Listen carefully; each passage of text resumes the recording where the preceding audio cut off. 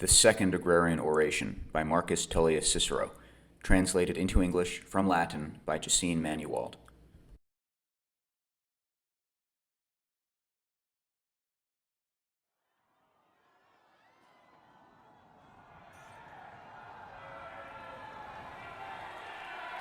Dearest Romans, this has been regarded as comprised in the tradition and custom of the ancestors, namely, that those who by your favor have obtained the display of images of their family deliver a first speech to the people of such a kind that they combine gratitude for your favor with praise of their family. In such an oration, some are sometimes found to be worthy of the standing of their ancestors, but many achieve the situation that such a great deal seems to have been owed to their ancestors, whence even something that is to be paid to their descendants is supplied in abundance. To me, Romans, the opportunity to talk about my ancestors before you is not given, not because they were not men of such a kind as you see us, born from their blood and raised by their principles, but because they lacked the praise from the people and the light of honor from you. But I am afraid that talking about myself before you would be typical of an arrogant person, to be silent of an ungrateful one. For, on the one hand, it is really difficult for me to call to mind myself by what efforts I have achieved this position of rank. On the other hand, in no way can I be silent about such great favors from you. Therefore, a certain moderation in the mode of speaking will be employed by me, so that I shall call to mind what I have received from you, that I shall say myself, with restraint, if it will be necessary, why I am worthy of this greatest honor and outstanding decision from you, why I shall believe that you will be of the same opinion as when you made the decision. I am the first new man, after a very long interval extending almost over the whole memory of our time, whom you have made consul. And this position, which the nobility held secured by garrisons and walled in every way, you have broken open with me as the leader and wanted it to be open to merit in the future. And you not only made me consul, which in itself is something extremely honorific, but you did it in such a way in which few noblemen in this community have been made consuls, no new man before me. For indeed, if you would like to remind yourselves of new men, you will find that those who have been made consuls without rejection have been made so owing to a long-lasting effort and some favorable opportunity, when they had been candidates many years after they had been praetors, considerably later than it was allowed by their age in the laws. That those, however, who stood as candidates in their year have not been made consuls without a preceding electoral defeat, but that I am the only one out of all new men whom we can remember who stood for the consulship when it was first allowed, and was made consul when I first stood as a candidate, so that the honor from you seems to be sought at the right point of my career, not seized on the occasion of the candidacy of another, nor asked for insistently with extended requests, but achieved by worth. That is indeed most honorific, which I have mentioned just now, Romans, that you endowed me with this honor as the first of the new men after many years, that you did so at the first candidacy, that you did so in my year. But still, nothing can be more magnificent and honorific than that, namely that at the voting assembly, at which I was elected, you brought forward not the voting tablet, the champion of freedom through silence, but paraded a unanimous voice before you as an indication of your sympathy and support towards me. Therefore, it was not the end tribe of the voting process, but that initial coming together of you, and not the individual voices of the criers, but the unanimous voice of the entire Roman people that declared me consul. This so outstanding, so unique favor from you, Romans, I regard as great for the enjoyment and pleasure of my thoughts, but as much greater for concern and solicitude.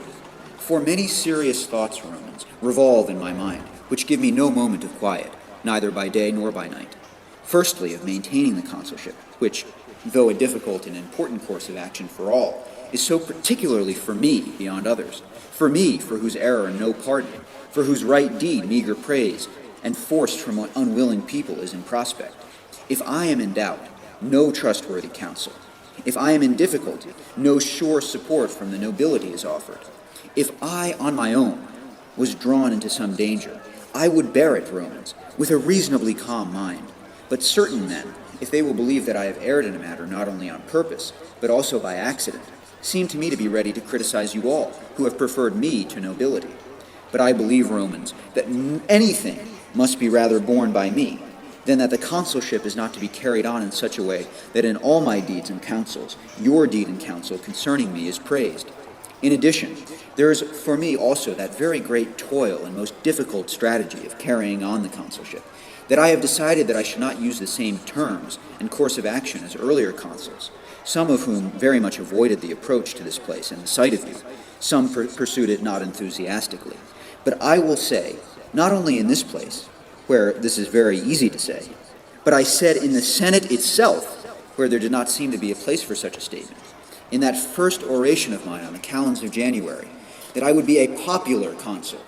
For since I am aware that I have been made consul, not by the efforts of powerful men, not by the outstanding favors of a few, but by the decision of the entire Roman people, in such a way that I was preferred by far to most noble men, I cannot do otherwise than that I am popular both in this office and in life as a whole.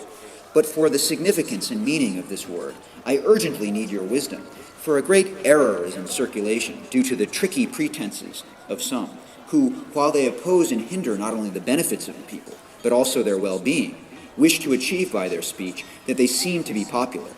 I know, Romans, in what condition I received the Republic on the calends of January, full of anxiety, full of fear.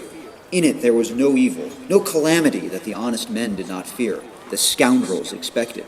All kinds of riotous plots against this status of the Republic, and against your quiet, were reported as being partly formed, partly to have been formed when we were consuls designate. Trust had been removed from the forum, not by some blow of a new calamity, but by suspicion and disruption of the law courts, by the annulment of matters judged. New tyrannies, extraordinary, not commands, rather despotic powers were believed to be sought.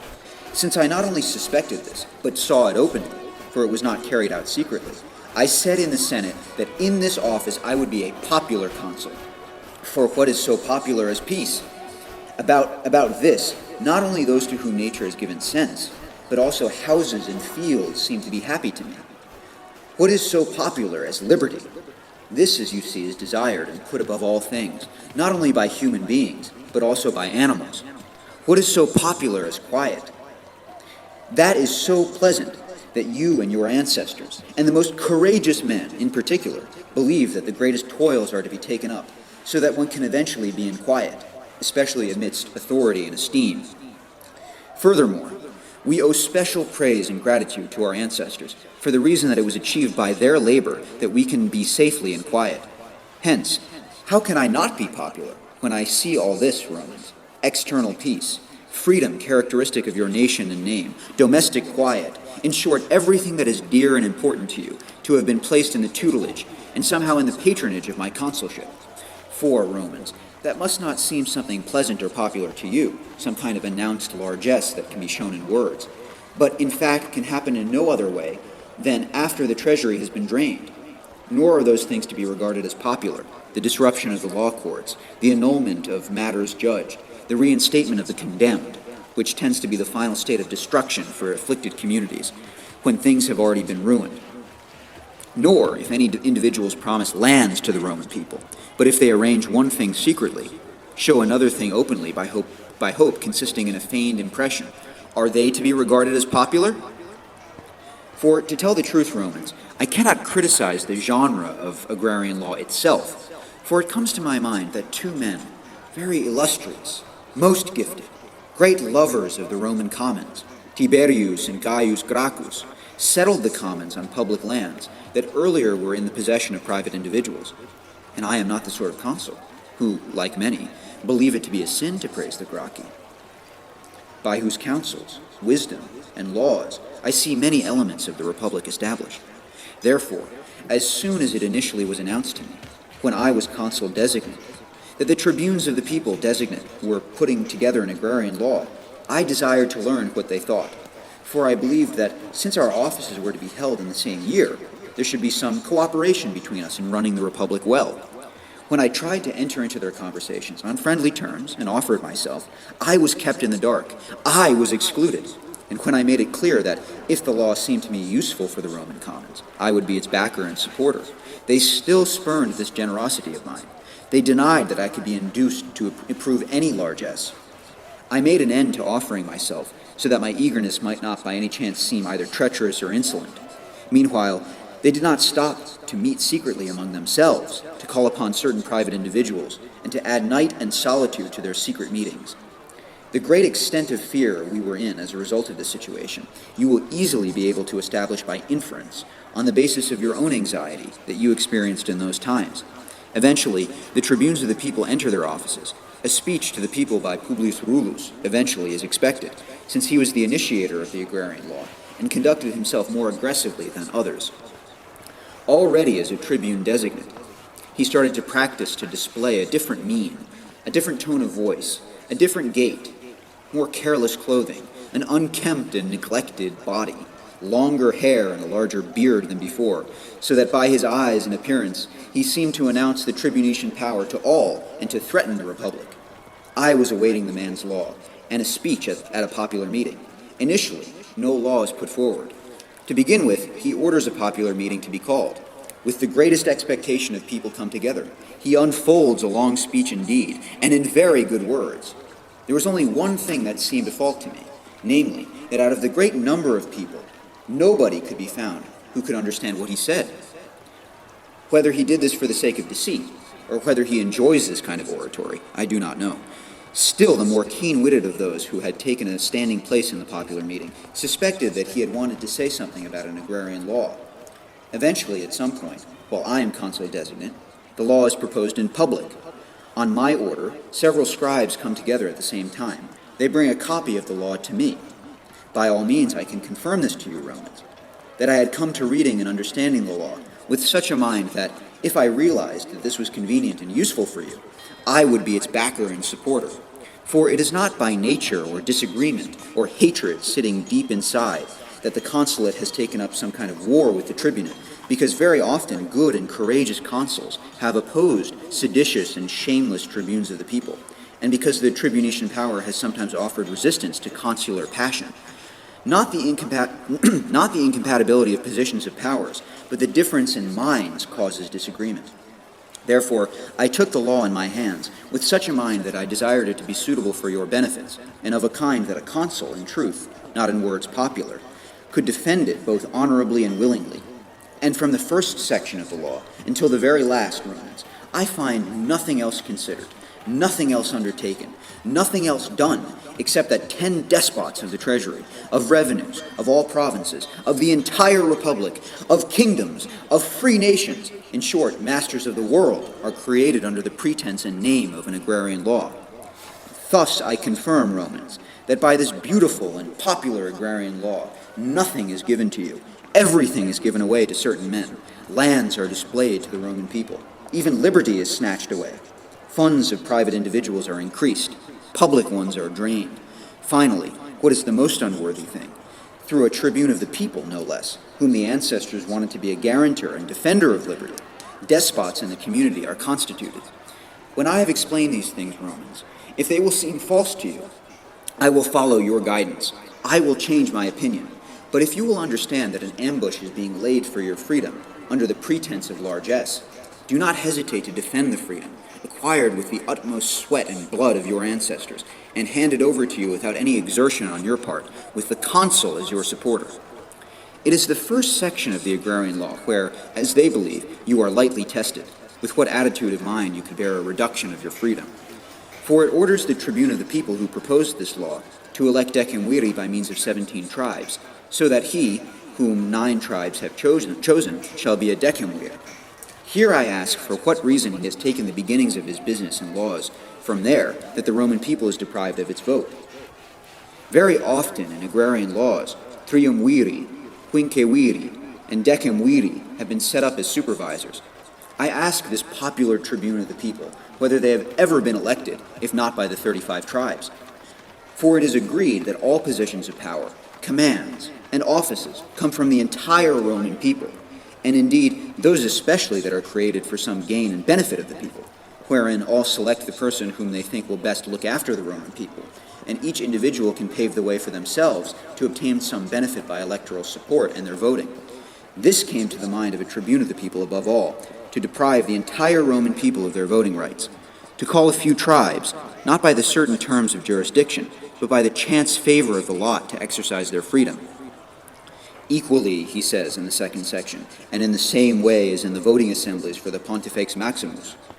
Does he not see this, that our ancestors were so popular that concerning a matter where being elected was not allowed to happen through the people because of the holiness of sacred rites, still in this, because of the importance of the office of a priest, they wanted there to be humble begging of the people. And the very same thing was proposed with regard to other priesthoods by Gnaeus Domitius, a tribune of the people, a very eminent man, namely that since the people could not confer priesthoods for religious reasons, the smaller part of the people should be called, that whoever was elected by that part, he should be co-opted by the college. See what the difference is between Gnaeus Domitius, a tribune of the people, a most noble man, and Publius Rullus, who has put your patience to the test, as I believe when he said that he was noble. Domitius, as to that which could not become a task of the people because of religious observances, has achieved by a plan of action that he gave, that as far as was possible, as far as was religiously justified, as far as was allowed, to the role of the people, this man, as to that which always rightly belonged to the people, which nobody diminished, nobody changed, namely that those who should assign lands to the people would first accept a favor from the people before they gave one, has tried to take this away from you entirely and snatch it from your... The former still gave what could not be given to the people in any way, to them in some way. The latter still tries to snatch away by some means what cannot be taken away in any manner. Someone will ask what he was aiming for in such a great injustice, in such an impudence. Design was not lacking, loyalty towards the Roman commons. Romans, fairness towards you and your freedom was lacking spectacularly. For he orders that the man who proposed the law should convene the voting assemblies for electing the decemviri. I will say this more plainly. Rullus, a man neither greedy nor covetous, orders Rullus to convene the voting assemblies. I do not yet blame him. I see that others have done so. As to that which nobody has done, consider what the aim is of referring to the smaller part of the people. He will convene voting assemblies. He will want to return those for whom despotic power is sought by this law. Neither does he himself entrust it to the entire people, nor do those initiators of these plans believe that it can be entrusted in the manner to be desired. The same Rullus will draw lots for the tribes. The lucky man will pick by lot the tribes that he will wish. Those whom the 9 tribes, picked by the same Rullus, have elected as decemviri, those we will have, as I will show shortly, as masters of all matters. And these, so that they appear to be grateful in remembering the favor, will admit that they owe something to the notorious men of the 9 tribes. But for the remaining 26 tribes, there will be nothing that they do not believe they could deny rightfully. Whom then does he wish to become the decemviri? Himself, first of all. How is this allowed? For there are old laws, and these are not consular ones, if you believe that this makes any difference, but tribunician ones, very welcome and agreeable to you and your ancestors. There is the Licinian law, and another one, the Ibutian law, which accepts not only him who has put forward a proposal about any office or powerful position, but also his colleagues, his relatives, and his kin, so that this powerful position or office is not entrusted to them. If indeed you look after the people, remove yourself from the suspicion of some advantage, and specifically of some advantage for yourself. Make it plausible that you do not seek anything other than the convenience and gain of the people. Let powers go to others, to your gratefulness for your favor. For this procedure is hardly appropriate for a free people, hardly for your spirits and high-mindedness. Who proposed the law? Rullus. Who prevented the greater part of the people from voting? Rullus. By Hercules, I believe that he will hardly win approval for this from his own slaves, to say nothing of you, masters of all nations. The best laws, therefore, will be abolished by this law, without any inkling. The same people who seek an office for himself by his law, the same people will hold voting assemblies, with the major part of the people having been deprived of their voting rights. He will return those whom he will wish, and among those himself, and obviously he will not reject his colleagues, supporters of the agrarian law, by whom the first place in the title and heading of the law was granted to him. Other benefits of all things, which are based upon the hope for this law, will be retained by mutual guarantee and an equal share. But see the diligence of the man, if you believe either that Rullus thought of this, or that it could have come into the mind of Rullus. Those who have arranged this saw that if the option of selecting from the entire people had been given to you, whatever matter there was for which trust, integrity, virtue, and authority were required, you would entrust it without hesitation to Gnaeus Pompeius, first and foremost. Indeed, as for him, whom you had chosen as the only one out of all, so that you put him in charge of all wars with all nations, on land and on sea, certainly they understood that in creating the decemviri, whether it was to be regarded as a position of trust or of honor, it could be very well entrusted to him, and he be adorned most justly. Therefore, in this law, neither youth, nor some legally recognized impediment, nor a powerful position, nor any magistracy encumbered by other duties and laws is accepted. In fact, a culprit is not accepted from becoming a decemvir. Gnaeus Pompeius is accepted, so that he cannot become a decemvir with Publius Rullus. I am silent about others. For he orders one to present one's candidacy in person, which in no other law was ever the case, not even for those magistracies for which there is a fixed order, so that, if the law was accepted, you would not appoint that colleague for him as a guardian and punisher of his desires. Here, since I see that you have been affected by the dignity of the man and the insult from the law, I will repeat what I said at the beginning, that a tyranny is being prepared, that your freedom is being completely removed by this law. Or did you think otherwise? When a few men had thrown their looks of greed at all your possessions, did you not believe that they would aim at this in particular, that Gnaeus Pompeius was thrust out of all defense of your liberty, out of every powerful position, office, and guardianship of your benefits?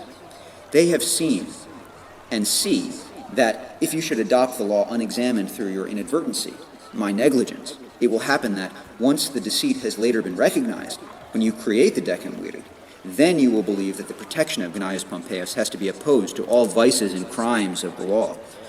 And will this be an insignificant argument for you, that by certain men absolute rule and power over all things are sought, when you see that he, whom they see as the future guardian of your liberty, is excluded from the dignity of the office? Learn now what kind of power and how much is given to the decemviri. First of all, he honors the decemviri by a lex curiata. Now, this is unheard of and entirely unprecedented, that a magistracy that was not previously given by any voting assemblies is given by a lex curiata.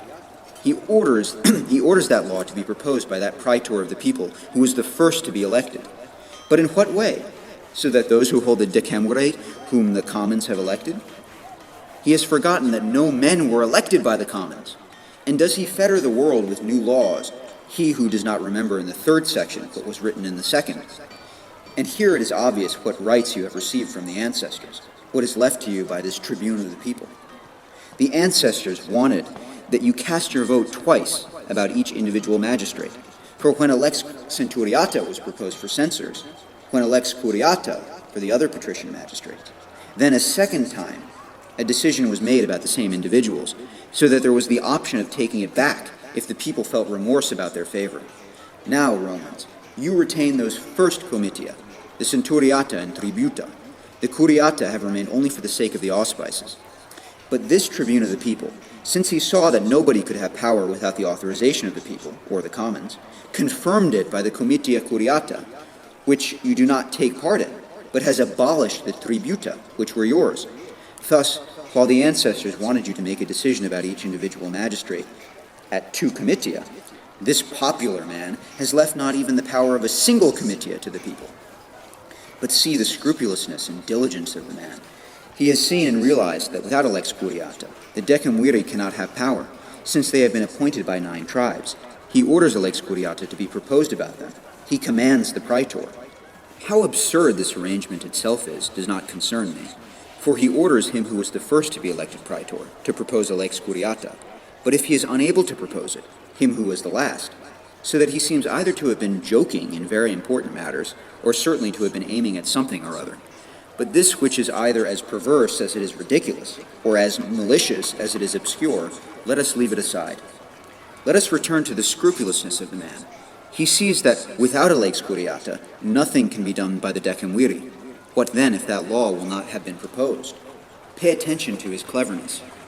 Quote, then those decemviri, he says, shall have the same authority that those have who have authority according to the most valid law, unquote. If this can happen, that in this community, which by far excels other communities in the right to freedom, anyone can obtain a command or a powerful position without any voting assemblies, how does ordering in the third section to propose a lex curiata matter when you allow in the fourth that without a lex curiata, they shall have the same authority that they would have if they had been elected by the people according to the most valid law? Despots are created, not decemviri, Romans, and thus it arises from such beginnings and foundations that not only when they will have begun to carry on their office, but also they will be appointed. All your right, power, and freedom is removed. But see how diligently he retains the right of tribunician power. Consuls proposing a lex curiata have often been opposed by the tribunes of the people, and yet we do not complain about this, that there is this power of the tribunes of the people. Only if anyone has used that power recklessly, we believe that complaints must be made. This tribune of the people takes away the power of intercession against the lex curiata that a praetor is to propose, and while this has to be criticized in that matter, namely that by a tribune of the people the tribunician power is reduced, then this has to be laughed at in that matter, namely that it is not allowed for a consul, if he does not have a lex curiata, to approach military matters. And this man arranges for him against whom he forbids intercession the same power nevertheless, even if there was intercession, as if the law had been proposed, so that I do not understand why he either forbids intercession or believes that anyone will intercede when the intercession will show the foolishness of the interceder, but will not hinder the matter. So let the decemviri be appointed, neither by true comitia, that is, by the votes of the people, nor by those comitia counterfeited for the appearance and maintenance of an ancient institution by means of 30 lictors for the sake of the auspices. See now how he endows those who have accepted no power from you with far more impressive accoutrements than all of us, to whom you have given the greatest powers, have been endowed with. He orders the decemviri to have auspices for the sake of establishing colonies, and chicken keepers with the same right, he says, as the triumviri according to the Sempronian law. You even dare, rulers, to make mention of the Sempronian law, and that law itself does not remind you that those men in that function have been elected by the vote of the 35 tribes. And since you are very far removed from the fairness and scrupulousness of Tiberius Gracchus, you believe that what was brought about by a very different method should be of the same right. Moreover, he gives power that is nominally praetorian, in fact despotic. He determines it as a 5-year term, yet he makes it perpetual. For he confirms it by such great powers and resources that it cannot be snatched from them in any way if they are unwilling. Then he provides them with public servants, with scribes, with secretaries, with criers, with architects, also with mules, with tents, with provisions, with paraphernalia. He draws funds from the treasury. He supplements them with funds from the allies. He appoints 200 surveyors from the equestrian order, 20 bodyguards for each of them, both servants and accomplices of their power. Up to this point, Romans, you have the very shape and the appearance of tyrants. You see the signs of their power, not yet the power itself. For someone might perhaps say, how do these things harm me? A scribe, a lictor, a crier, a chicken keeper. All this is of such a kind, Romans, that he who has them without your votes appears to be either an unbearable despot or a mad private individual. Watch how much power is allowed. You will say that this is not madness of private individuals, but intolerable insolence of despots. Firstly, unlimited power is handed over to amass unlimited amounts of money from your revenues, not by profiting from them, but by transferring them to others. Then a judicial inquiry of the world and all nations without any advisory council is granted. Punishment without appeal, penalty without intercession. For a 5-year term, they will be able to be judges about consuls or even tribunes of the people. Over those, meanwhile, nobody will be judge. They will be allowed to seek offices, not be allowed to plead a case in court. They will be able to buy lands from whomever they wish, and which ones they wish, for how much they wish. It is granted that they be allowed to establish new colonies, to revive old ones, to fill the whole of Italy with their colonists.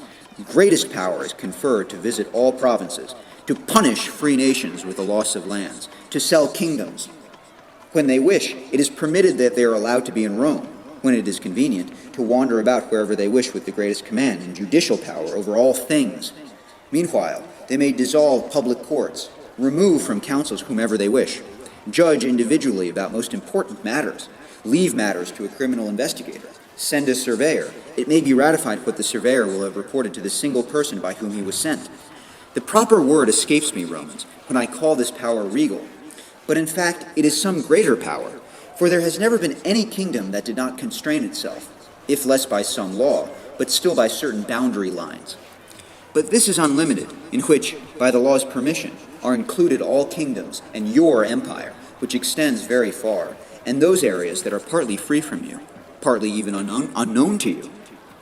Thus, firstly, it is granted to them that it is allowed to sell all that about whose sale Senate decrees have been passed in the consulship of Marcus Tullius and Gnaeus Cornelius, or afterwards.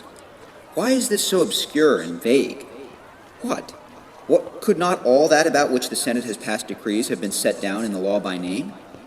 There are two reasons for this obscurity, Romans. One is shame, if there can be any shame in such exceptional shamelessness. The other, crime. For he does not dare to name what the Senate decreed to be sold by name. For these are the public places of the city. These are the sanctuaries, which nobody touched after the restitution of the tribunician power, which the ancestors wanted to be in the city, partly as refuges from danger. These the decemviri will sell according to a tribunician law. In addition to this, there will be Mount Gaurus, there will be the osier beds at Minturnae, there will be added even that saleable Herculean road, of many delights and great wealth. A great many other places that the Senate decreed to be sold because of the tightness of the treasury, the consuls did not sell because of resentment. But, yet, that is more to be believed and to be feared, that a great opportunity is granted to the audacity of the decemviri to corrupt public records and to forge Senate decrees that were never made, when out of that number, who were consuls in those years, many are dead. Unless perhaps it is in no way right that we have suspicions about the audacity of those for whose cupidity the world seems to be too narrow. You now have one kind of sale, which I understand seems important to you, but pay attention to what follows. You will understand that this has been created as a sort of step in access to others. Quote, whatever lands, whatever places, buildings, unquote. What is there besides? There is a lot concerning slaves, concerning cattle, gold, silver, ivory, clothing, furniture, other things. What shall I say? That he thought that this would cause resentment if he had named everything? He did not fear resentment. What then? He believed that it would be too long, and feared that he might pass over something. He added, or anything else, a brevity by which you see that no item has been excluded. Thus, whatever is outside Italy, that has become public property of the Roman people in the consulship of Lucius Sulla and Quintus Pompeius, or afterwards, this he orders the decemviri to sell. By this section, Romans, I say that all peoples, nations, provinces, kingdoms are surrendered and given away to the sway, jurisdiction, and power of the decemviri. Firstly, I ask this, whether there will be any place at all of which the decemviri could not say that it has become public property of the Roman people. For when the same person who has said it can judge, what is there that is not allowed for him to say for whom, as the same person, it is not allowed to judge?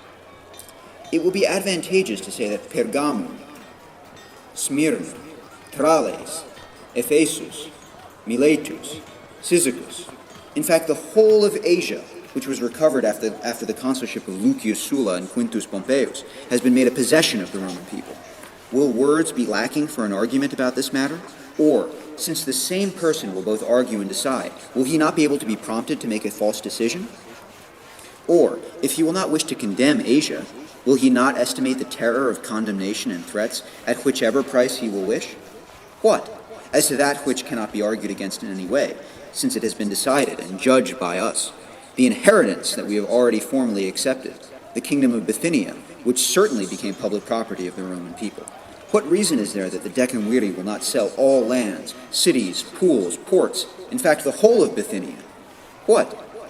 Mytilene, which certainly has become yours, Romans, by the law of war and the right of victory, a city both by its natural location and by the arrangement and beauty of the buildings, particularly noble, with delightful and fertile lands, will certainly be included and covered in the same section. What? Alexandria and all of Egypt. How secretly is it hidden? How removed is it? How stealthily it is handed over to the decemviri in its entirety. For who of you does not know this? Namely, that it is said that kingdom became the property of the Roman people by the will of King Alexis. Here I, a consul of the Roman people, not only do not make a judgment, but do not even declare what I think, for this seems to me to be an important matter, not only for deciding, but for declaring. I see someone who confirms that the will was made. I recognize that there is a resolution of the Senate to have entered upon the inheritance at the time when, after Alexis's death, we sent envoys to Tyre, who were to recover for our countrymen a sum of money deposited by him. I remember that Lucius Philippus often confirmed this in the Senate. I see that it is agreed by almost everyone that he who has that kingdom at the present time is of neither royal birth nor spirit. By contrast, it is said that there is no will, the Roman people should not seem eager for all kingdoms. our men be about to emigrate to those places because of the good quality of the lands and the abundance of all things. About this so important matter, Publius Rullus will make a judgment with the other decemviri, his colleagues. And which of the options will he decide? For each of them is of such importance that it is in no way either to be conceded or to be borne. He will want to be popular. He will assign it to the Roman people.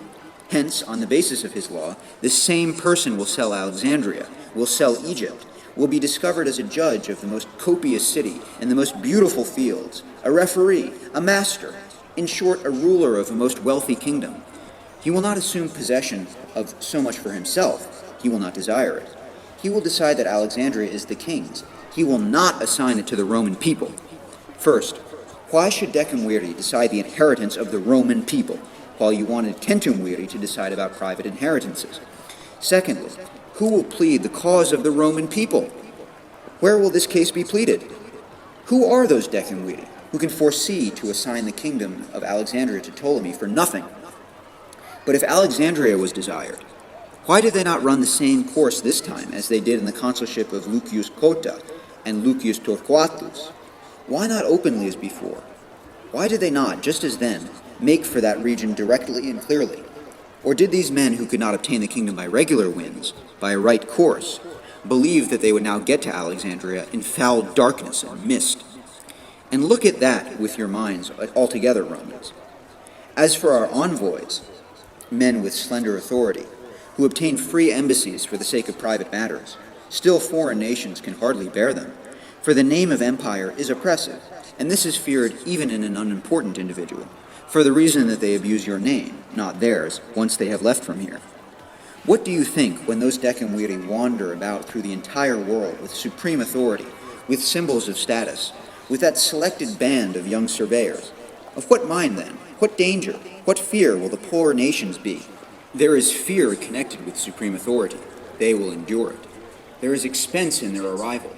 They will bear it. Some duty is commanded. They will not refuse.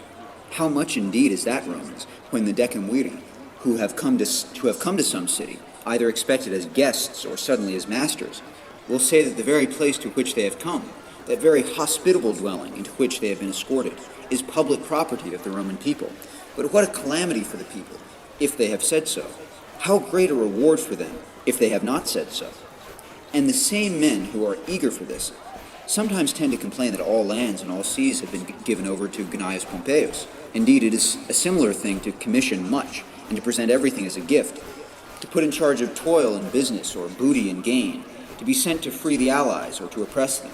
Finally, if there is any extraordinary office, does it make no difference whether the Roman people confers it upon him, who they want, and or whether it is snatched away from the Roman people impudently by a deceit consisting in a law? You have understood how many things, and how valuable ones, the decemviri will sell by permission of the law. This is not enough. When they have filled themselves with the spoil of allies, of external nations, of kings, they may cut the hamstrings of the Roman people, may lay their hands on your revenues, may break into the treasury. For a section follows by which he not just allows, if by any chance money should be lacking, which can be acquired in such a great quantity as a result of earlier ones, that it should not be lacking, but openly, as if this matter would contribute to your well-being. He has such intentions and orders the decemviri to sell your revenues by mentioning them specifically. Please read for me the auction of the Roman people in order from the text of the law, a proclamation by Hercules that I believe will be grievous and bitter even for this clerk. As with regard to his own property, so with regard to the public one. He is a luxurious spendthrift who sells the forest before the vineyards. You have made a complete survey of Italy. Move on to Sicily. There is nothing in this province that our ancestors have left us as a possession, either in the towns or in the fields, that he does not order to be sold.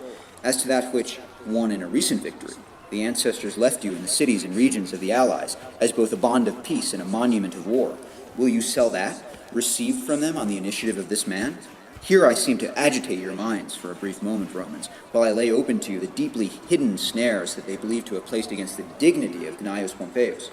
And pardon me, please, if I mention the name of this great man rather frequently. A little more than 2 years ago, when I was praetor, Romans, you imposed such a great role on me in this very place, so that, with whatever means I can, I defend the dignity of that man when he is absent, together with you.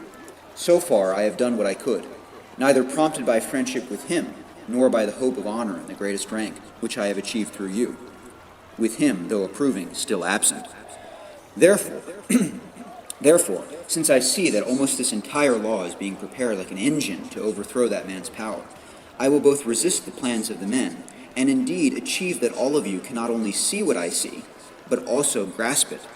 He orders to be sold what belonged to the people of Italia, of Phasaelis, of Olympus, and the land of Agera, of Oroanda, and of Gedusa. These became yours by the military power and victory of Publius Servilius, a very illustrious man. He adds the royal lands of Bithynia, which the taxmen now enjoy. Then the lands of Attalus, on Chersonese, those in Macedonia that belonged to King Philip or Perses, which were also contracted by the censors, and bring in very certain revenue. He adds to the same auction the very rich and fertile lands of Corinth, and those of Cyrene, which belong to Appian, and he sells the lands in Spain, near New Carthage, and in Africa, Old Carthage itself, which Publius Africanus consecrated, of course, not because of the sanctity of those dwellings, and their antiquity on the advice of his council, and not so that the place itself showed traces of the calamity of those who fought with this city about dominion. But he was not as diligent as Rullus is, or perhaps he could not find a buyer for that place. But among those royal lands captured in wars in the past by the virtue of the greatest generals, he adds the royal lands that were those of Mithridates in Paphlagonia, in Pontus, in Cappadocia, so that the Decemviri may sell them. Is it indeed so? With laws not given, with the report of the general not heard, with the war not even yet completed, when King Mithridates, after having lost the army, having been expelled from his kingdom, still in farthest lands, plans something even now, and is defended from the invincible hand of Gnaeus Pompeius by Lake Maeotis, and those marshes and the narrowness of the paths, and the height of the mountains. When the general is busy in war, and in those places even now the name of war is left, those lands about which up to now all jurisdiction and power ought to be with Gnaeus Pompeius according to the custom of the ancestors, will the Decemviri sell them? And I suppose Publius Rullus, for he acts in such a way that he already seems to be a Decemvir designate himself, will set off especially to this auction. Of course, before he comes to Pontus, he will send a letter to Gnaeus Pompeius, of which I believe a copy has already been drafted by those men. Publius Rullus, tribune of the people, Decemvir, sends greetings to Gnaeus Pompeius, Gnaeus' son. I do not believe that he will act Magnus, for he does not seem to be about to concede in a word what he tries to diminish by a law. I want you to see that you are present for me at Sinope and bring a garrison, while I sell, on account of my law, those lands that you have won by your labor. Or will he not call upon Pompeius? Will he sell the booty of the general in the man's own province? Put before your eyes Rullus auctioning in Pontus between our and the enemy's camps, together with his beautiful surveyors, with the lance put up. And there's not only insult, which is extremely both outstanding and novel in this matter, that any item won in war, with laws not yet given, with the general even carrying on the war at that time, was not only sold, but was leased. The men certainly look for more than insult. They hope, if it has been conceded to the enemies of Gnaeus Pompeius, not only to wander about in those places with command, with jurisdiction of all things, with infinite power, with unlimited sums of money, but even to reach his army, that some snare can be arranged for him, that something from his army, supplies and glory, can be detracted. They believe that if the army has any hope of lands or other benefits placed in Gnaeus Pompeius, it will not have this, when it has seen that the power over all these things has been transferred to the Decemviri. I am not annoyed that there are men so stupid that they hope this, so impudent that they try this. I complain about that I am so despised by them that they plot these monstrous things, particularly during my consulship. And in selling all these lands and buildings, it is granted to the Decemviri to sell in whichever places they see fit. O perverse thinking, O licentiousness to be restrained, O profligate and rotten designs, to award contracts for revenue is allowed nowhere other than in this city, from this or that place, in this large assembly of yours. Will it be allowed to sell our property and remove it from us forever in the shadows of Paphlagonia and in the solitude of Cappadocia? When Lucius Sulla sold the lands of uncondemned citizens at that lamentable auction of his, and said that he was selling his booty, Still he sold it from this place, and did not dare to avoid the view of those very people whose eyes he offended. Shall the decemviri sell your revenues not only with you Romans, not as referees, but even with the public crier as a witness? It follows, quote, all lands outside Italy, unquote, from an undefined time, not as before from the time of the consulship of Sulla and Pompeius. An inquiry by the decemviri, whether it is private or public, and upon this land a very heavy tax is imposed. How great this judicial power, how intolerable, how despotic it is. Whom does it pass by to be able, in whichever places they please, without debate, without counsel, to make private lands public, to release public property? In this section, the recentoric district in Sicily is excluded. I myself am very happy, Romans, that it is excluded both because of my close connection to the men and because of the justness of the matter. But what is this impudence? Those who possess the recentoric district defend themselves by the age of their possession, not by law, by the sympathy of the Senate, not by the nature of the land. They admit that that land is public. They deny that it ought to be moved from their possessions, settlements of very long standing, and household gods. If the recentoric district is private, why do you exclude it? But if it is public, what kind of fairness is that? To allow that others, even if they are private, are judged public, but exclude this by name, which they admit to be public. Thus, is what is excluded the land of those who have had influence over rulers in some way? Will all other lands, which are everywhere, be given over to the decemviri without any selection, without inquiry by the Roman people, without judgment of the Senate? And there is another lucrative exception in the preceding section, according to which everything is sold, an exception that will cover those lands about which provision has been made by a treaty. He has heard this matter conferred about, not by me, but by others, often in the Senate, sometimes from this place, that King Hiempsal possessed lands on the seacoast, which Publius Africanus assigned to the Roman people. Yet that, later, provision was made for him by a treaty through the consul Gaius Cotta. Because you have not enacted this treaty, Hiempsal fears that it may not be firm and ratified. However that may be, your decision is abolished. The entire treaty is accepted, approved. I praise the fact that it reduced the auction by the decemviri.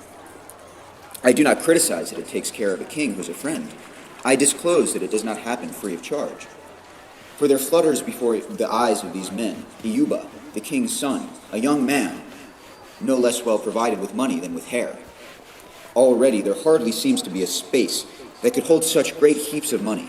He amplifies, he adds, he piles up, quote, gold, silver from booty, from spoils, from crown gold, to whomever it has passed, and has not been paid into the public treasury, nor been used for a monument, unquote. This he orders them to declare before the decemviri, and pay to them. From this section you see that even the investigation of the most illustrious men, who have fought wars of the Roman people, and the judgment about money to be claimed back, have been transferred to the decemviri. It will now be their decision how large the booty of everyone has been, what has been paid, what is remaining. In future, however, this law is made for your generals, so that whoever has left a province declares before these same decemviri how much booty, spoils, and crown gold he has. In this case, though, the excellent man excludes him whom he loves, Gnaeus Pompeius. Whence that love, so unexpected and so sudden? He who is excluded from the honor of the decemvirate, almost by name, whose judicial power and issuing of laws, whose inquiry into lands captured by his own valor is removed, into whose province and even into whose actual camps the decemviri are sent with command, infinite sums of money, greatest power, and jurisdiction over all things, from whom alone the rights of a general, which have always been preserved for all generals, are snatched away. He is the only one to be excluded, so that he does not have to render the spoils. On the basis of this section, is honor seen being paid to the man after all, or unpopularity being sought? Gnaeus Pompeius concedes this to rulers. He in no way uses that favor of the law, the generosity of the decemviri.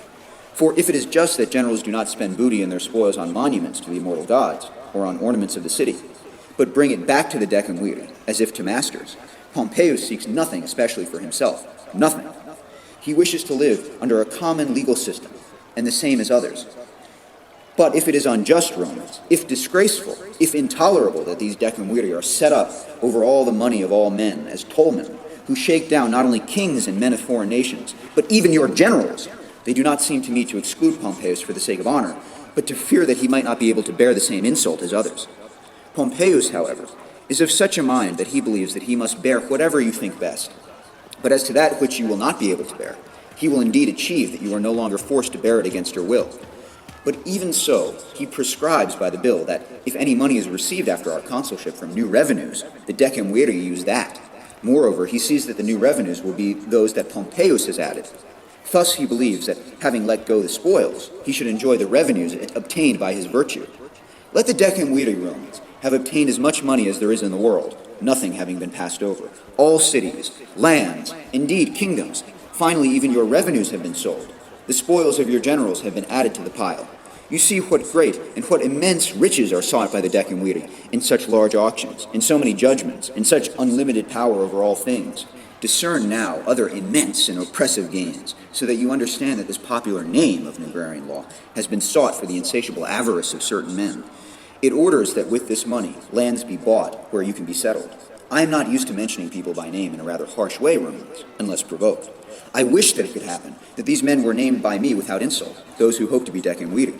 You would already see to which men you entrust the power of selling and buying all things. But what I determine I should not yet mention, you can still consider this in your minds. This one thing I certainly seem to myself to be able to say very truly. At the time when this republic had men like Luscinus, Calatinus, and Acidinus, men not only decorated by honors of the people and their deeds, but also by patient endurance of poverty, and at the time when there were men like Cato, Philus, and Laelius, whose wisdom and moderation in public and in private, in forensic and domestic matters you had recognized. Still, a matter of this kind was not entrusted to anybody, so that the same person made decisions, and sold, and did this for a period of 5 years in the entire world, and the same person gave up possession of tax-yielding lands of the Roman people, and when he himself had amassed a sum of very much money for himself, with no witness, and according to his desire, then he finally bought from whoever he wished what seemed good. Entrust now, Romans, all this to these men, whom you suspect sniffing after the decemvirate. You will see that there are some of them to whom nothing seems sufficient to have, and others to squander. Now, here I do not even discuss that which is most obvious, Romans, that this custom has not been left to us by the ancestors, that lands are bought from private people where the commons are settled publicly. According to all laws, private people have been settled on public lands. I admit that I was expecting something of this kind from this uncouth and savage tribune of the people. I have always believed, however, that this extremely lucrative and extremely disgraceful traffic of buying and selling was alien to tribunician activity, alien to the dignity of the Roman people. There is the intention that lands are bought. First of all, I ask, which lands and in what places?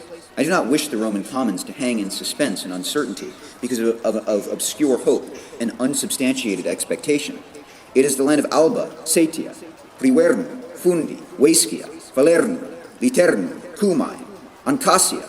I am satisfied. From the other gate, the land of Capena, Falisci, Sabinum, Reate. From another one, the land of Venafrum, Aliphae, Trebula. You have so much money with which you could not only buy all these lands and others similar to them, but even pile them up. Why do you not determine and name them, so that the Roman commons can at least consider what is in their interest, what the advantage is, how much it believes should be entrusted to you in buying and in selling things? I determine, he says, the region as Italy, a sufficiently specific region. For how small a difference is it whether you are settled at the foot of the Massic Hill, or in the Scylla Forest, or somewhere else? Come on. You do not specify the place. What? The nature of the land. Indeed, he says, that can be plowed or cultivated. That can be plowed, he says, or cultivated. Not that has been plowed or cultivated. Is this a law or a notice of an auction by Veratius? In that, they say it was written, 200 acres in which an olive yard can be created, 300 acres where vines may be set up.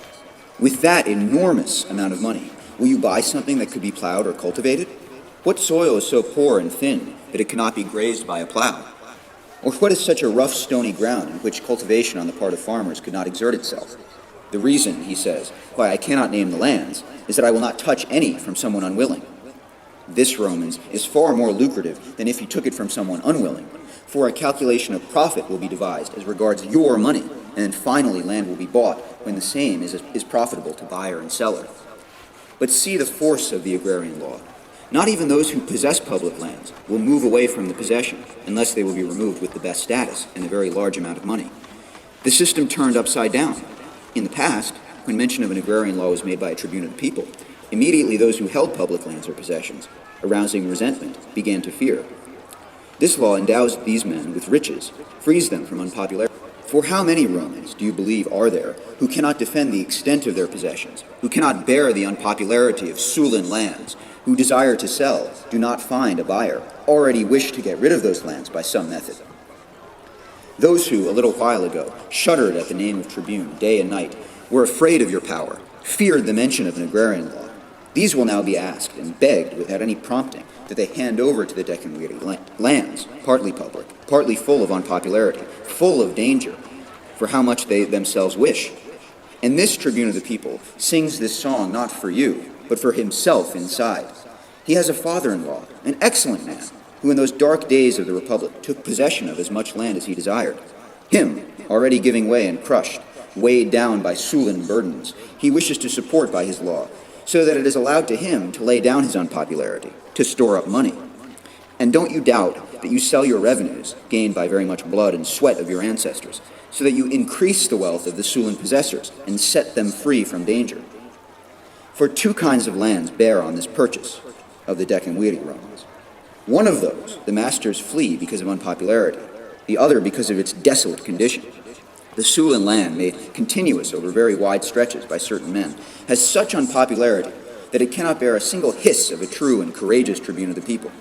All this land, at whatever price it will have been bought, will still be charged to us against an enormous sum of money. The other kinds of lands, uncultivated because of their barrenness, waste and abandoned because of their unhealthy quality, will be bought from those who see that they will have to abandon them if they will not have sold them.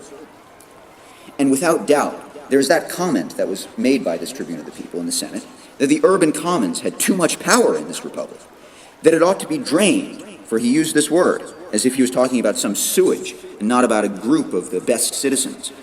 You, however, Romans, if you will listen to me, keep that possession of influence, that liberty, those voting rights, that importance, the city, the forum, the games, the festival days, and all the other benefits, unless you perhaps prefer to leave these things and this light of the Republic behind and be settled in Septonian dryness or in the pestilence of the Salapians, with Rulus as leader. Or let him say which lands he will buy. Let him show both what he is going to give and to whom. That indeed, when he has sold all cities, all lands, all revenues, all kingdoms, then he will buy some sand or marshes. Can you please concede this? Yet that is extraordinary, that according to this law everything is sold, money is got together and heaped up before a single clod of earth is bought. Then he orders land to be bought. He forbids that it be bought from someone unwilling. I ask, if there should be no people who wish to sell, what will happen to the money? The law forbids it to be paid into the treasury. It bans it to be demanded. Thus the decemviri will hold all the money. For you, no land will be bought. With revenues transferred, allies ravaged, kings and all nations plundered, those men will have money. You will not have lands. Easily, he says, are they prompted by the magnitude of money, so that they wish to sell. Thus, such is this law, that thereby we sell what is ours for as much as we can, and buy what belongs to others for as much as the possessors wish. And, in those lands that have been bought by this law, he orders that colonies should be established by these decemviri. What? Is every place of such a kind that it makes no difference to the Republic whether or not a colony is established in this place? Or is there a place that asks for a colony? Is there one that clearly rejects one? In this matter, as in other branches of the Republic, it is worth the effort to remember the diligence of the ancestors, who established colonies in appropriate places against a suspicion of danger in such a way that they seem to be not towns of Italy, but bulwarks of the empire.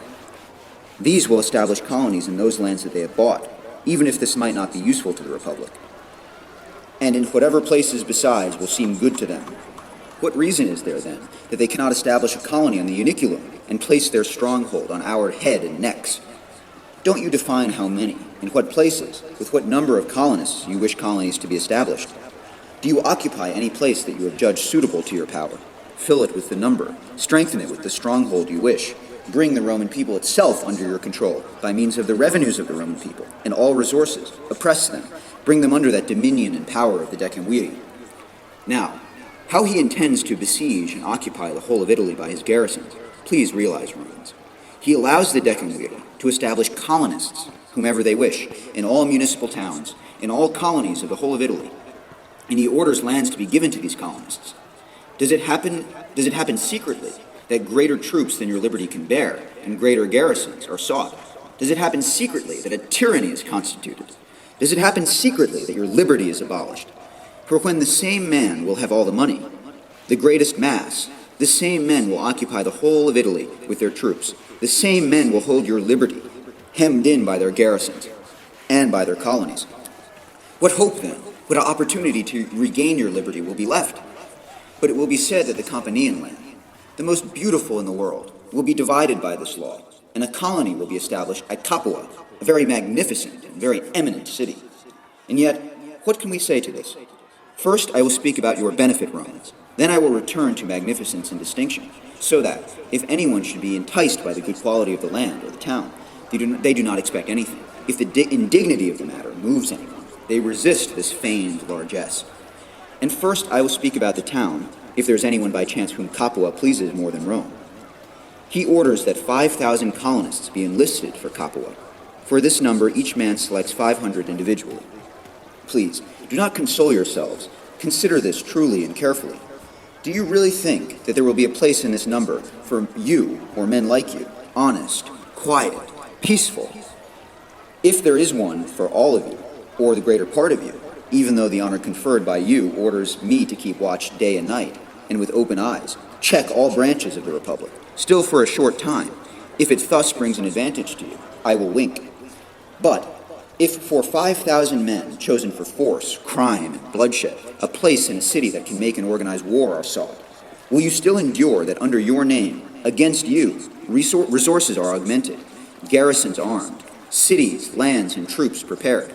For they themselves have indeed desired the Campanian land, which they advertise to you. They will settle their own people, in whose name they wish to hold and enjoy it themselves. They will buy up, in addition. They will make those plots of 10 acres, each continuous. For if they will say that this is not allowed by the law, it is not even allowed by the Cornelian law. But we see, to leave our faraway areas, that the land of Praeneste is possessed by a few, nor do I see that anything is lacking for their money, other than lands of that kind, by whose support they could sustain the size of their households and the luxury of their country estates at Cumae and Puteoli. But if he has your advantage in view, he should come and discuss openly with me the division of the Campanian land. I asked him on the calends of January to which men and in what way he would distribute that land. He answered that he would make a start with the Ramilian tribe. Firstly, what kind of arrogance and insult is this? That part of the people is cut off, the order of the tribes neglected, land given to country people, who have it, before the townspeople, to whom this hope and delightfulness of land are advertised. Or, if he denies that this was said by him, and intends to satisfy all of you, let him make it known. Allot plots of 10 acres each, and put forward your names from the Suburanian to the Ariensian tribe. If you will understand that not only are plots of 10 acres each not given to you, but that such a large number of men cannot be packed into the Campanian land, will you still suffer the Republic to be tortured, the sovereignty of the Roman people to be despised, you yourselves to be deceived by a tribune of the people any longer? If that land could come to you, surely you would still prefer it to remain in your patrimony.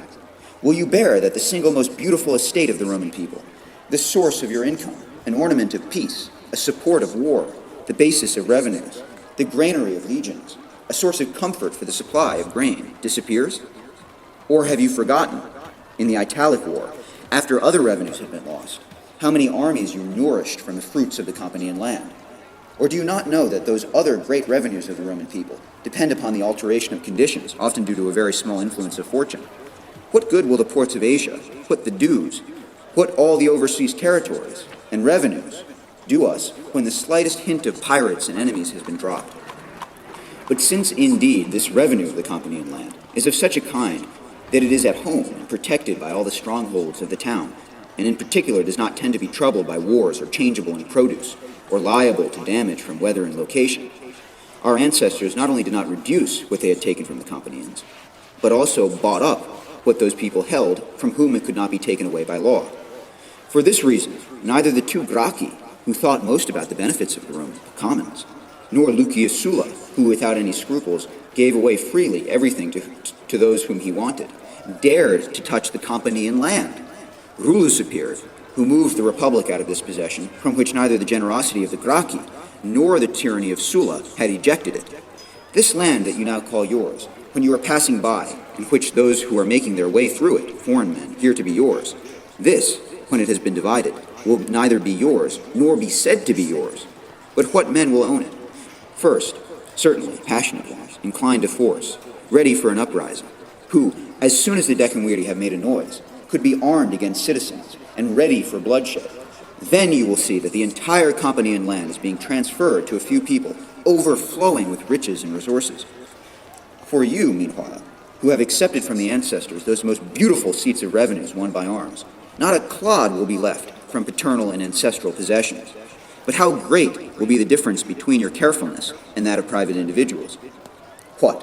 When Publius Lentulus, who was the leader of the Senate, was sent by our ancestors to these regions, so that he buy up with public money private lands that ran into Campanian land, he is said to have reported back that he had not been able to buy the estate of a certain person with any money, and that he who did not want to sell said that he could not be induced to sell for this reason, that, although he had several estates, he had never heard a bad report solely from that estate.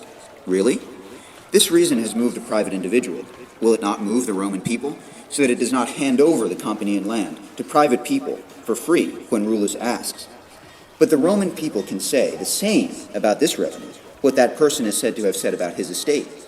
For many years, Asia has not brought you any return in the Mithridatic War.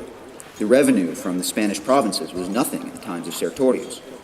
In the war against the runaway slaves, Marcus Aquilius even lent grain to the communities of Sicily. But from this revenue, a bad report has never been heard. Other revenues are affected by the difficulties of war. Thanks to this revenue, even the difficulties of war are endured. Moreover, in this assignment of lands, not even that can be said that applies to others, that lands ought not to be deserted by the commons and by the cultivation of free men. For I say this, if the Campanian land is divided, then the commons are being driven out and expelled from the fields, not established and settled. For the entire Campanian land is being cultivated and possessed by the commons, and by an outstanding and extremely modest commons. This class of men, with outstanding character, of outstanding farmers and soldiers, is thrust out root and branch by this tribune of the people courting the favor of the people. And those unfortunate people, born and raised in those lands, skilled in working the clods, will not have any place where they could suddenly take themselves. The possession of the Campanian land will be handed over entirely to these robust, strong, and reckless henchmen of the decemviri. And as you now say of your ancestors, this land our ancestors have left us. So your descendants will say about you, this land, accepted from their fathers, our fathers have lost. I, for my part, believe, now, if the Campus Martius should be divided and 2 square feet be assigned to every single one among you, where they could stand, still you would prefer to enjoy the whole shared than a small part on your own. Therefore, even if something from this land that is promised to you, but is prepared for others, would come to each of you, still you would own it more honorably, all of you together, than each on their own. Now indeed, since nothing comes to you, but is prepared for others, is being snatched away from you, you will not resist this law very vehemently, so as if it were an armed enemy for the sake of your lands. He adds the Stellatian plain to the Campanian land, and in this he assigns plots of 12 acres to each individual person, as if indeed the Campanian lands differed a little from the Stellatian.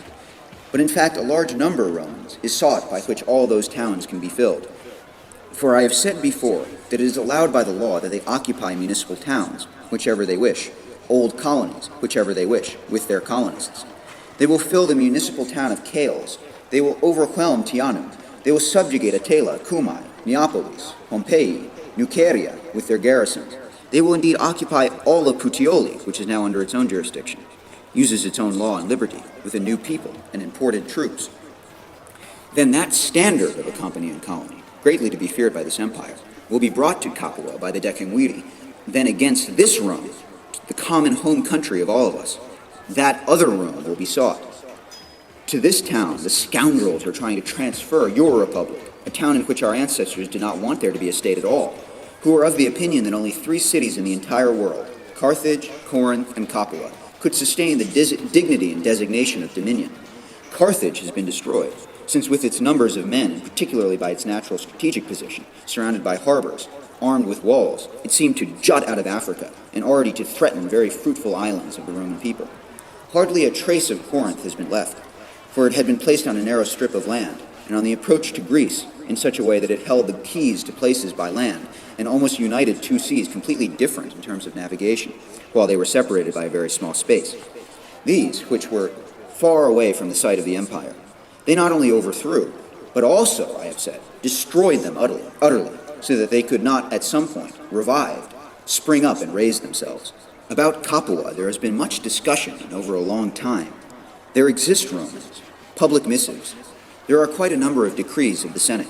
Wise men have decided that if they had taken away land from the Companians and removed magistrates, the Senate and the public council from that city left no semblance of a state, there would be no reason why we should fear Capua.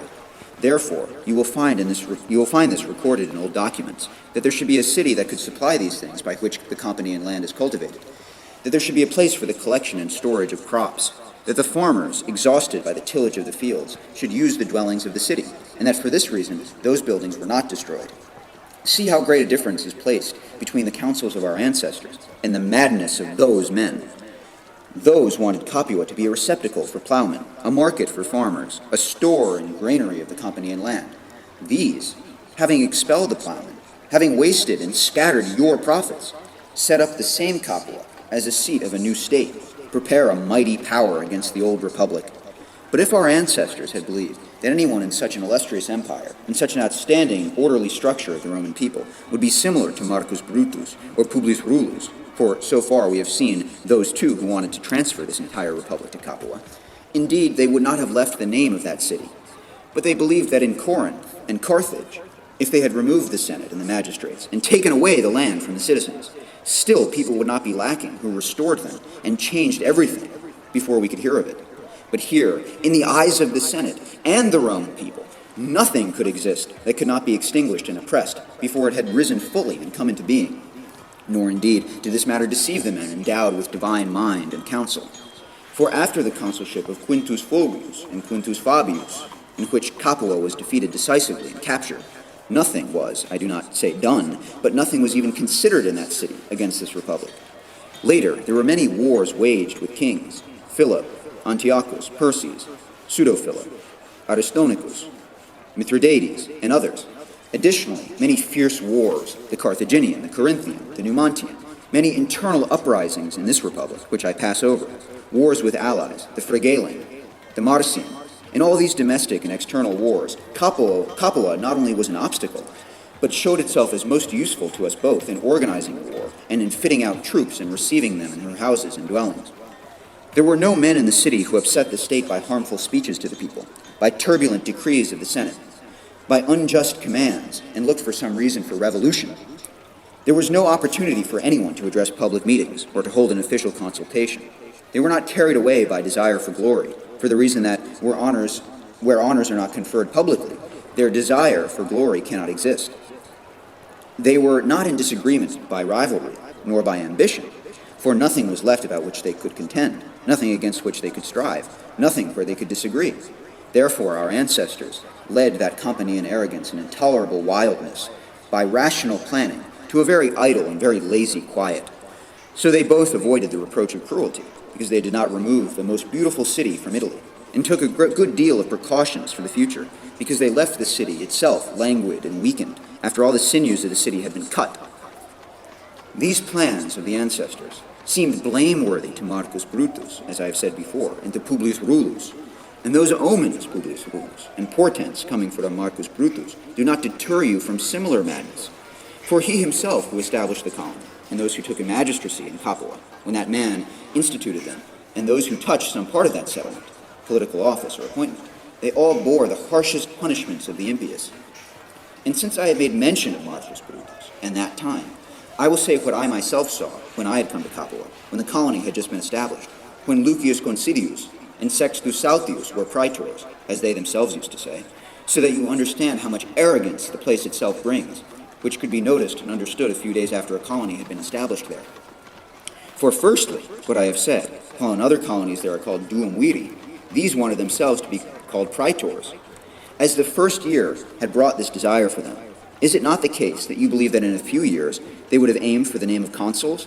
Then 2 lictors went before each of them, not with staves, but, as they walk here before the urban praetors, with fasces, Full-grown sacrificial victims were being placed in the forum, which were approved by these praetors from the tribunal, as by us consuls, on the decision of council, and sacrificed in the presence of a herald and a flute player. Then the members of the Senate, so-called, were summoned. Now, indeed, it was hardly bearable to see the features of Concilius. When we saw this man, dried out by extreme leanness, whom we used to see in Rome, despicable and mean, him in Capua with company and haughtiness and despotic spirit, I seemed to see men like those Blossii and men like Vibelius. Now, indeed, what I fear was there among those men in the Tunica, and what a running together of people in the Alban and Siplasian districts, wanting to know what the praetor had proclaimed, where he was dining, where he had delivered a summons. But we, who had come there from Rome, were no longer called guests, but foreigners and strangers.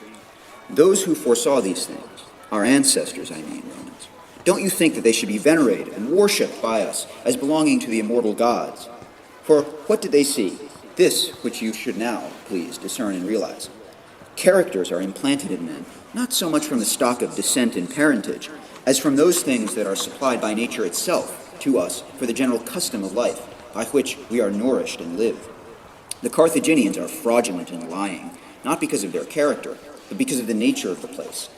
Since because of their harbors, by many in varied discussions with merchants and foreigners, they were called to the desire of deceiving by the desire of grain. The Ligures are hardy and rustic.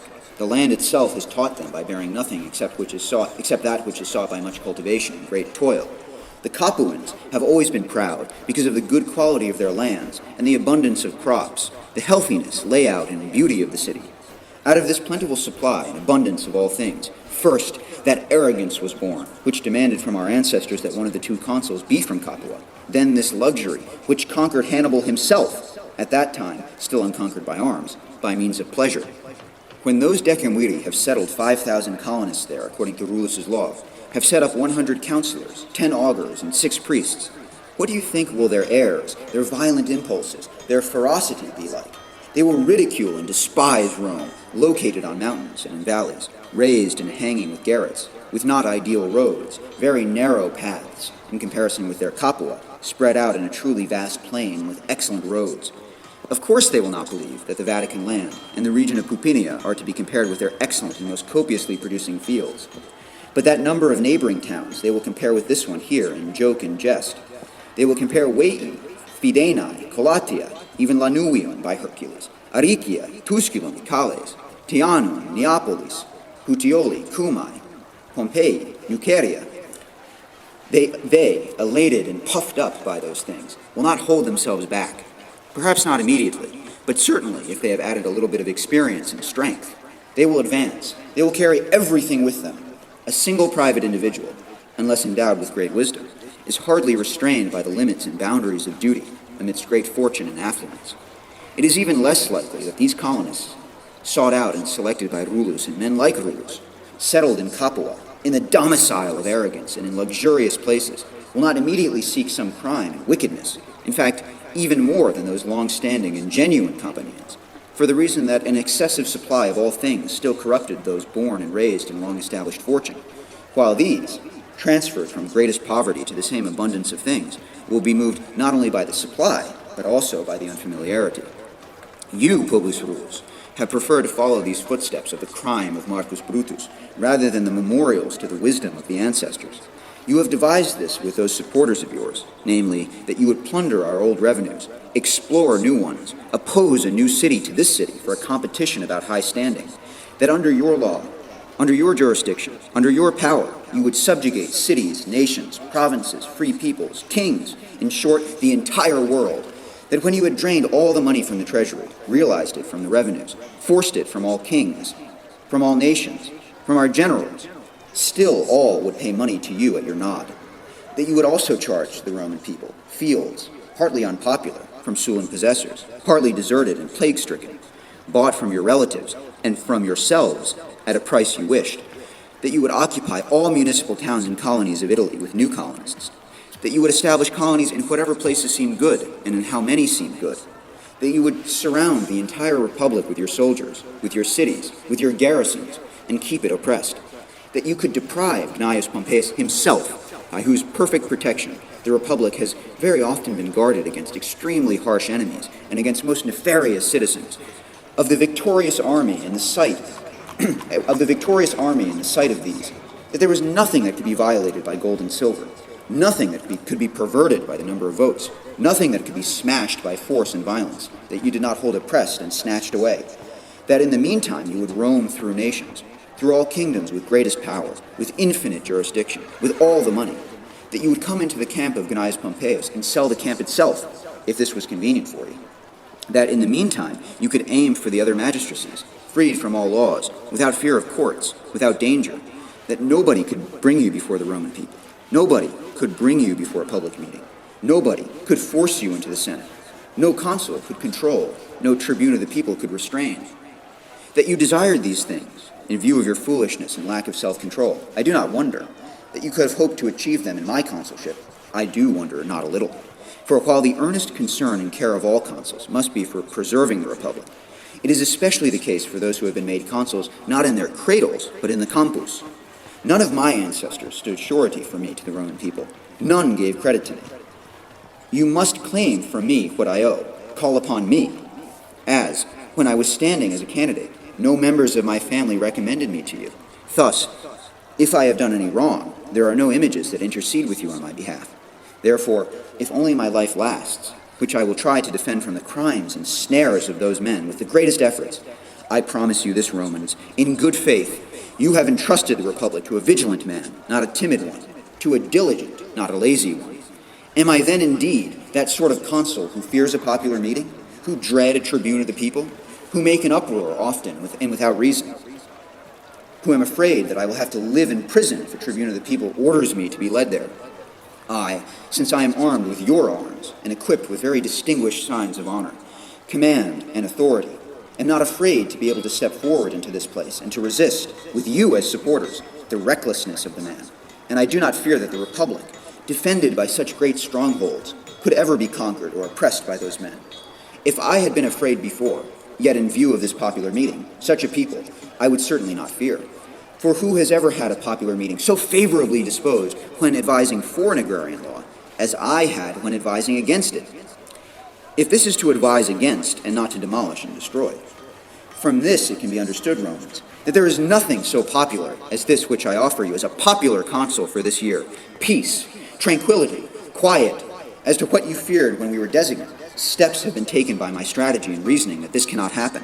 Not only will you be in quiet, as you had always wanted to be, but I will also return those for whom quiet is an object of hatred to being extremely quiet and tranquil.